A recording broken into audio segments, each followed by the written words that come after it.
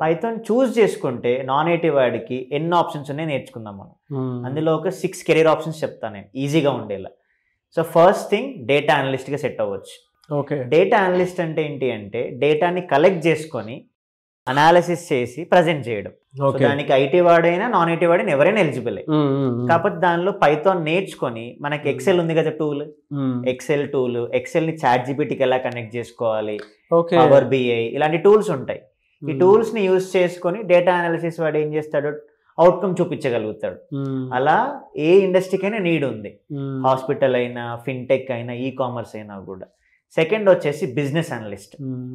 Business analyst ఏం చేస్తాడంటే బిజినెస్కి కావాల్సిన ప్రాబ్లమ్ స్టేట్మెంట్ని అర్థం చేసుకొని దానికి సొల్యూషన్ ఇవ్వగలుగుతాడు. దానికి కోడింగ్ నాలెడ్జ్ అక్కర్లేదుగా.